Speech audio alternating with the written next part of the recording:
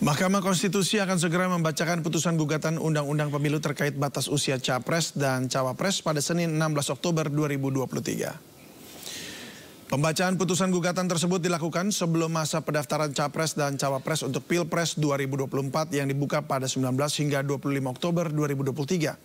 Saat ini terdapat 11 perkara gugatan terkait batas usia Capres dan Cawapres.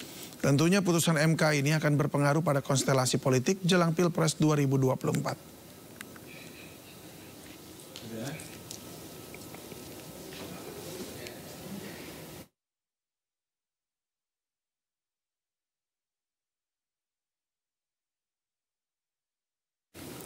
Ya, dan untuk membahasnya lebih jauh, kami akan berbincang dengan pakar hukum tata negara Bivitri Susanti. Selamat sore, Bu. Ya, halo, selamat sore, Bu Bivitri. Selamat sore. Ya, baik. Ya, selamat sore. Bagaimana Anda melihat langkah MK dalam menangani gugatan terkait batasan umur Capres dan Cawapres? Ya, jadi secara teori ya, dan secara kalau kita melihat bagaimana selama ini MK memutus, harusnya sih hari Senin itu kita akan mendengar penolakan dari MK, karena memang ini adalah suatu wilayah yang tidak lazim dan seharusnya bahkan tidak boleh ditetapkan oleh Mahkamah Konstitusi. Kita boleh setuju dengan penurunan usia Capres Cawapres, tapi perdebatannya harus di pembentuk undang-undang. Makanya ada istilah open legal policy. Tapi kalau kita melihat gelagatnya, hari Senin nampaknya kita akan melihat kekecewaan ya, karena gelagatnya itu yang saya nilai adalah ada penundaan pembacaan putusan. Kita sudah baca juga di media massa soal itu, katanya sempat ada rapat permusyawaratan hakim yang memutuskan sebenarnya harusnya menolak sesuai dengan tendensi yang seharusnya dilakukan oleh MK, tapi ditahan terus sampai dengan hari Senin nanti. Misalnya itu salah satu indikasi. Indikasi keduanya adalah, atau bahkan bukan indikasi, tapi fakta. Kita juga harus fakta untuk melihat fakta bahwa Ketua MK itu juga punya kepentingan, ada benturan kepentingan langsung dengan orang yang akan diuntungkan oleh putusan ini pada hari Senin nanti, apapun keputusannya. Jadi itu yang bisa, sejauh itu saja yang bisa kita baca di titik ini, karena kita masih, kalau saya sih masih menyimpan harapan ya, karena MK ini salah satu institusi yang sangat penting dalam negara hukum kita yang demokratis ini. Tapi gelagatnya menunjukkan agaknya kita akan melihat suatu putusan yang mengecewakan. Baik, mungkin boleh lebih diperjelas harapan Anda apa dan mengecewakan, akan mengecewakan siapa ini? Ya, harapannya seperti yang tadi saya sudah katakan, harusnya ini ditolak. Karena ini adalah sebuah kebijakan hukum terbuka atau open legal policy yang seharusnya diputuskannya bukan oleh lembaga yudikatif, tapi oleh pembentuk undang-undang. Iya, DPR RI maksudnya. Dengan itu maka permohonan, iya harusnya oleh pemerintah dan DPR yang memutuskan ini dalam bentuk undang-undang.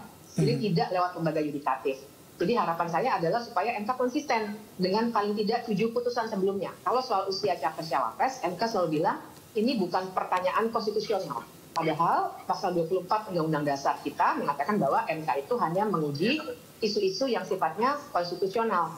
Nah, usia itu jelas bukan perkara konstitusi. Jadi harusnya menjadi kebijakan hukum terbuka dari pembentuk undang-undang. Tapi yang tadi saya katakan sebagai mungkin kita melihat suatu putusan yang mengecewakan adalah karena kelihatannya ada kepentingan politik yang sangat kuat dalam perkara ini. Sehingga bisa jadi hari Senin nanti MK akan memutus mengabulkan supaya batas usia Capres Cawapres itu diturunkan menjadi 35 atau paling tidak ditambahkan perasa atau pernah menjabat sebagai kepala daerah sebelumnya. Dan kita tahu dalam konteks itu salah satu-satunya Cawapres yang usianya di bawah 40 dan pernah menduduki jabatan wali kota hanya Gibran yang punya hubungan keluarga dengan Ketua Mahkamah Konstitusi. Menurut Anda dengan Anda tadi sampaikan ini merupakan suatu hal yang tidak lazim. Jika memang kemudian ini diputuskan diloloskan begitu, atau maksud kami ditolak begitu gugatannya. Sorry, maksud saya jika saja nanti ini memang akhirnya perubahan masa batas umur Capres dan Cawapres akhirnya diloloskan untuk usia 35 tahun ke atas, maka apakah ini akan membuat cacat MK begitu? Cacat dalam arti MK menjadi semakin terang menunjukkan bahwa ia terlalu politis belakangan ini. Cacatnya dalam hal itu. Karena seperti yang tadi saya katakan, MK itu sebenarnya sudah sejak pertama kali dia didirikan pada 2003 dulu, sudah secara konsisten mengatur atau memutuskan bahwa kalau soal usia calon gubernur, pokoknya apapun yang terkait usia, itu MK kembalikan pada pembentuk undang-undang. Jadi MK akan menolak dengan bilang bahwa oh ini bukan wilayah MK, silakan ini adalah metode policy dari pembentuk undang-undang. Jadi cacatnya dalam hal itu karena MK memang belakangan ini sudah menunjukkan gelagat terlalu politis. Baik, apa implikasinya kemudian? Yang harusnya pertimbangannya konstitusionalitas.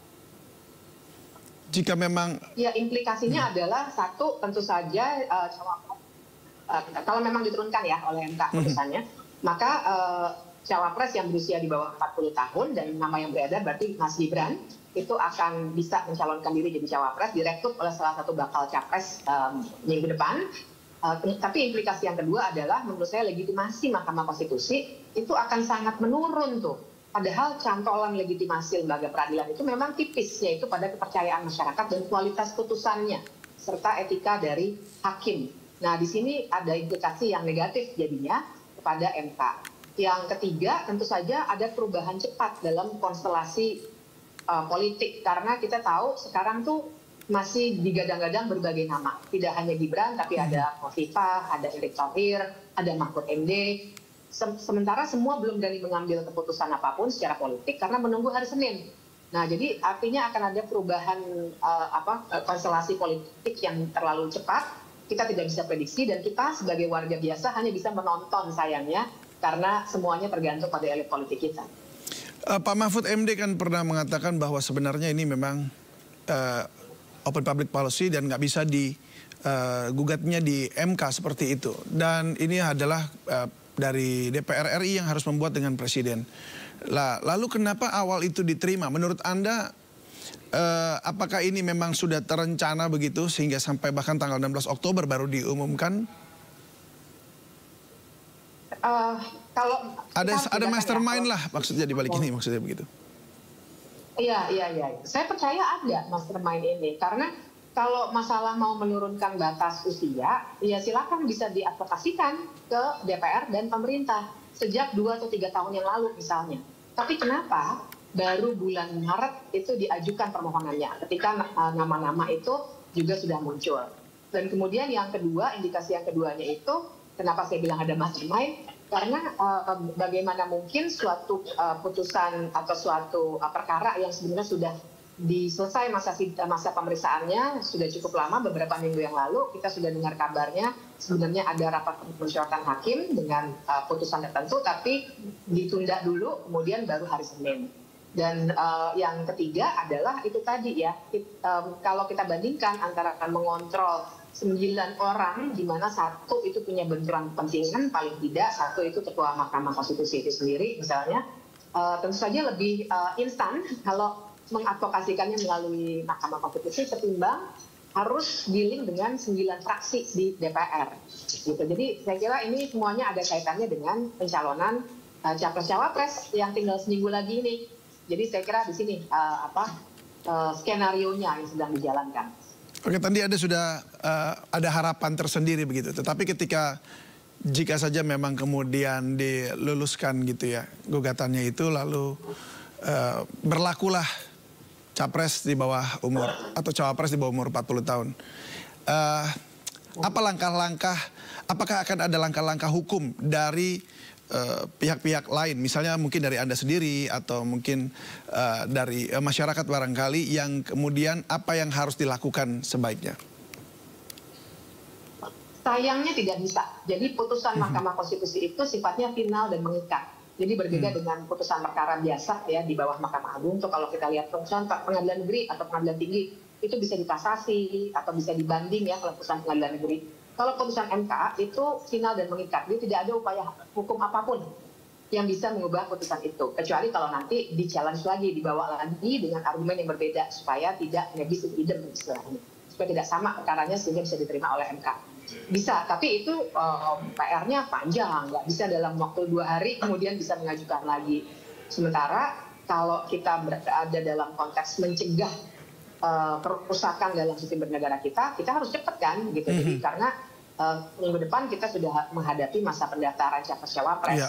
Jadi dalam konteks ini ya tidak ada yang bisa dilakukan lagi selain kita tunggu dulu dan kemudian nanti kita baca dulu putusannya, kemudian baru kita bisa bereaksi tergantung dari pertimbangan hukum yang ada dalam putusan itu.